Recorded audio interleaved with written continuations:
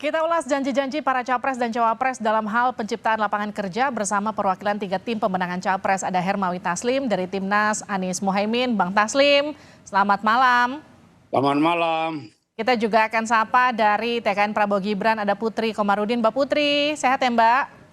Selamat malam, Assalamualaikum warahmatullahi wabarakatuh. Waalaikumsalam. Ada juga dari TPN Ganjar Mahfud yang sudah hadir di studio Kompas TV. Ini Bang Hotasi Nababan. Bang Hotasi, selamat malam. Selamat malam. Saya ke Bang Hotasi dulu yang ada di studio ya. Jadi gini, kalau kita lihat tadi, koreksi saya datanya kalau salah. Pasangan nomor urut 1 17 juta, pasangan nomor urut 2 19 juta, pasangan nomor urut 3 17 juta. Ya. Tapi versi Indef normalnya itu hanya 1,5 juta lapangan kerja per tahun. Artinya kalau kita jumlah 5 tahun itu sekitar 7,5 juta. Ya. Lalu dari mana datangnya 10 juta lagi? Baik, makanya visi misi Ganjar Mahfud itu menekankan pada pertumbuhan dulu, ekonomi 7%. Oke. Yang lain kan nggak berani. Yang 01 kalau nggak salah 5%, ya 5,5%. Kami menetapkan harus 7%. Dan itu possible. Karena kalau tidak bisa menyerap tenaga kerja setiap tahun 3,5 juta loh, angkatan baru untuk cari bekerja. Jadi syarat utamanya adalah pertumbuhan ekonomi, mesinnya dulu 7% untuk menyerap itu. Oke. Kalau di bawah itu tidak mungkin mencapai 17 juta. Dan kami konsisten di buku visi misi program dari awal mengatakan 17 juta. Nah mungkin yang di sebelah agak berubah-berubah angkanya bisa dicek. Tapi kami dari awal 17 juta. Oke. Dan ini adalah prasyarat utama, kalau tidak bonus demografi bisa menjadi katastrofi. Oke, bisa jadi ancaman justru ya. Ya. Saya ke Bang Taslim. Bang Taslim, ini kan Caimin juga menyebut angka yang kurang lebih sama, 17 juta dengan sinkronisasi dengan lapangan kerja. Ini datanya muncul dari mana? Realisasinya akan seperti apa? Iya, jadi angka 17 juta itu setelah kita melakukan pemetaan kebutuhan, artinya tentang jumlah kompetensi tenaga kerja di masa yang akan datang, kita menemukan itu dan itu akan dikerjakan oleh paslon kami, tentu bukan secara biasa-biasa saja. Nah, Artinya kita akan bekerja keras dengan pemetaan kebutuhan yang kita punya. Artinya kita pemetaan ini kita mesti tahu dulu jumlah tenaga kerja kita, kompetensinya untuk apa dan seterusnya, dan kemudian harus bersinergi dengan dunia perguruan tinggi. Itu yang digarisbawahi oleh Pak Mohaimin. Yang tidak kalah pentingnya lagi adalah secara bertahap kita harus meningkatkan tingkat kandungan dalam negeri secara rasional untuk mendorong komponen lokal. Itu kan akan membuka banyak tenaga kerja. Banyak tenaga kerja dengan kompetensi tadi, dengan pemetaan tadi kan kita bisa tahu siapa di mana. Jangan seperti sekarang ini, misalnya kita banyak investasi tetapi sampai buruh kasar, sampai sopir pun didatangkan dari luar negeri. Nah ini kan tidak fair untuk tenaga kerja kita. Nah jadi yang kita mau katakan 17 juta itu memang bukan pekerjaan biasa, tetapi itu kita dapat setelah kita lakukan pemetaan kebutuhan. Kita tahu siapa di mana dan seterusnya gitu loh. Baik, saya ke Mbak Putri. Mbak Putri, dengan pertanyaan yang kurang lebih sama. Kalau angka realistisnya versi Indef itu 1,5 juta, artinya 5 tahun itu 7,5 juta. Kalau dari tim Ganjar Mahfud tadi dikatakan 17 juta itu masih realistis dengan pertumbuhan ekonomi di angka 7% begitu. Bukan di angka sekitar 5,5%. Apa strateginya Prabowo Gibran? Angkanya bahkan lebih tinggi, 19 juta lapangan kerja. Realisasinya seperti apa? Ya. Seperti yang sudah disampaikan oleh Mas Gibran pada debat kemarin kan, bahwa hilirisasi, pemerataan pembangunan, transisi energi, ekonomi hijau, ekonomi kreatif kita, ekonomi digital, UMKM kita itu akan menciptakan 19 juta lapangan pekerjaan untuk anak muda dan juga kaum perempuan, dan 5 juta diantaranya adalah pekerjaan hijau atau green jobs, yang yaitu adalah pekerjaan yang berkaitan dengan lingkungan atau transisi yang ramah lingkungan. Dan hilirisasi ini seperti yang seringkali disampaikan oleh Pak Prabowo dan Mas Gibran adalah program utama kita. Tapi yang orang-orang sering salah paham adalah hilirisasi ini tidak hanya berhenti pada industri mineral saja, tapi kita akan fokus pada sektor penting lainnya seperti perkebunan dan juga pertanian serta perikanan yang selama ini menyerap paling banyak lapangan pekerjaan di Indonesia. Jadi kalau kita lihat misalnya realisasinya sekarang, hilirisasi ini telah mampu membuka kesempatan bagi calon pekerja secara signifikan. Kalau kita lihat misalnya contohnya di Sulawesi Tengah, sebelum hilirisasi lapangan pekerjaan itu hanya ada 1.800 untuk tenaga kerja yang ada di sana. Sementara setelah hilirisasi ada 71.500 tenaga kerja yang terserap di sana.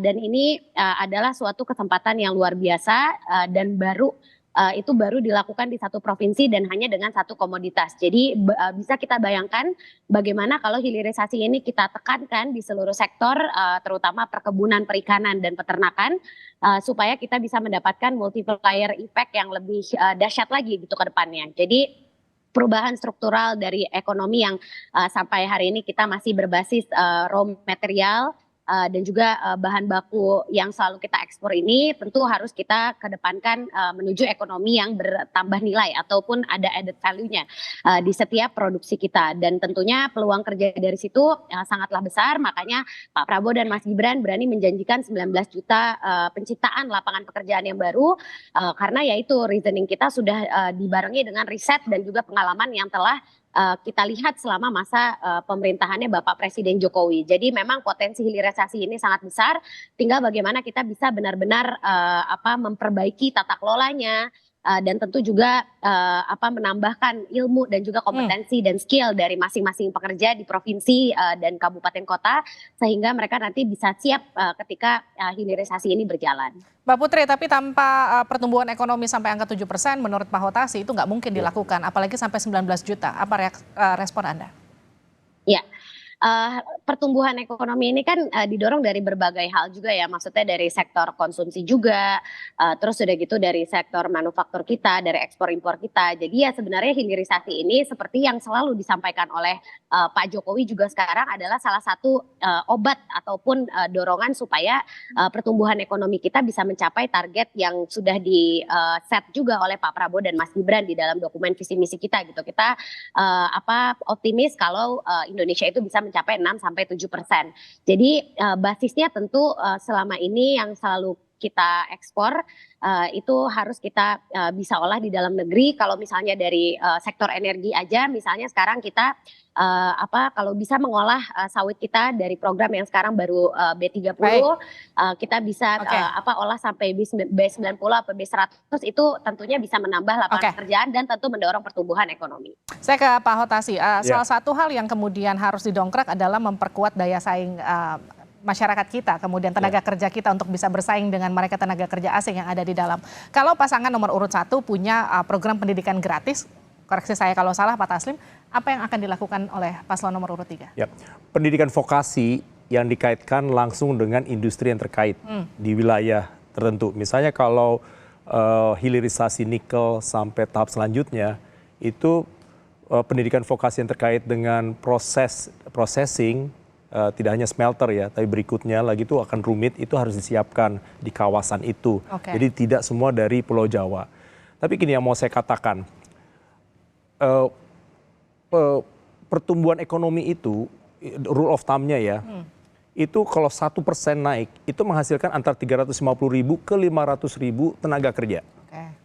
Kamilah Ganjar Mahfud yang berani menetapkan 7% sehingga mendapat 17 juta.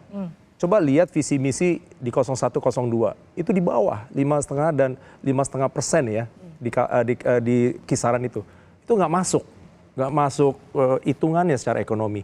Dan pertumbuhan ini itu motornya adalah investasi. Investasi ini hambatan utama adalah kalau kita tanya investor adalah kepastian hukum. Nah, Ganjar Mahfud akan menata kembali soal kepastian hukum di investasi, terutama adanya Pak Mahfud ya. Jadi bagi investor nyaman untuk masuk dan ada kepastian kapan berusaha dan menciptakan lapangan kerja. Terus yang kedua dari sisi untuk mendrive ekspor. Ekspor itu tidak hanya olahan barang, tapi kita jadi bagian daripada global supply chain. Dan itu harus ditempuh melalui industri manufaktur. Nah, program Ganjar Mahfud itu akan create 2 juta tambahan di pertanian. Pertanian itu peternakan, nelayan ya. Lalu kemudian 8 juta di industri manufaktur. Hari ini manufaktur kita 17%, 18% dari GDP. Targetnya mau jadi 25% dari seluruh GDP. Kalau tidak ada basis manufaktur yang kuat, kita itu tidak akan mencapai Indonesia emas. Lalu selanjutnya 7 juta lain adalah di sektor jasa, industri kreatif, UMKM. Jadi kami menghitung itu detail, Pak. Jadi tidak ujuk-ujuk seperti keluarin angka. Kami secara sistematis menyusun sehingga plan-nya sangat workable. Saya ke Bang Taslim. Bang Taslim, tadi kan Anda juga sempat menyebut, ini statementnya dikeluarkan Pak Anies ketika menyebut investasi di Indonesia itu banyak, tapi kemudian yang dipergunakan itu adalah tenaga kerja asing mayoritas, bukan tenaga kerja lokal. Apa perubahan yang akan dilakukan Anies Baswedan kalau terpilih nanti?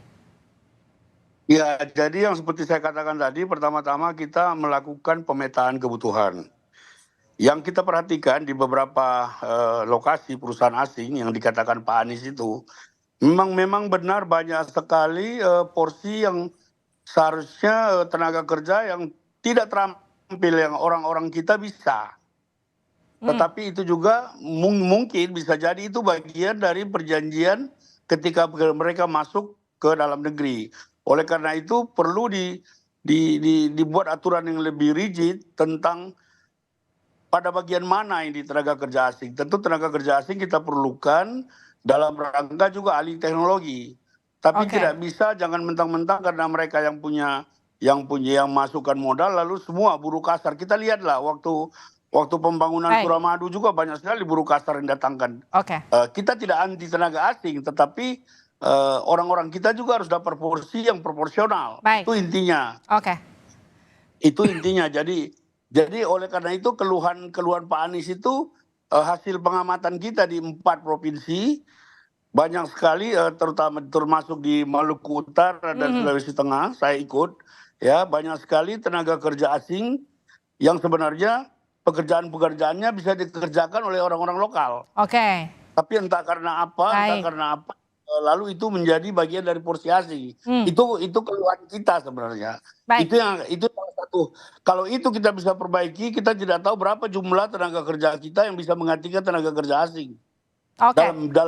Dalam hal yang seperti itu saja. Artinya ada transfer teknologi dan juga ilmu kemudian dari tenaga kerja asing. Kalau yang transfer teknologi kita oke. Itu ada batasnya kan, orang kita harus dilatih. Tetapi yang jelas-jelas yang bisa kita lakukan sendiri kenapa diberikan kepada mereka? Baik, saya tangkap maksudnya Bang Taslim. Artinya paslon nomor urut 1 ada 17 juta lapangan kerja lewat tadi ada mungkin transfer teknologi dan juga transfer ilmu. Paslon nomor urut 2 ada 19 juta lapangan kerja yang ditawarkan dengan tadi ada hilirisasi begitu ya. Dan kemudian tadi ada beberapa item dan juga tadi kita ke paslon nomor urut 3 tadi ada pertumbuhan ekonomi dan juga tadi ada investasi itu juga tadi yang sempat disampaikan oleh Pak Hitosi. Terima kasih sudah bergabung Bang Taslim, terima kasih Mbak Putri, terima kasih juga Pak Hitosi sudah bergabung di Sapa Indonesia Malam.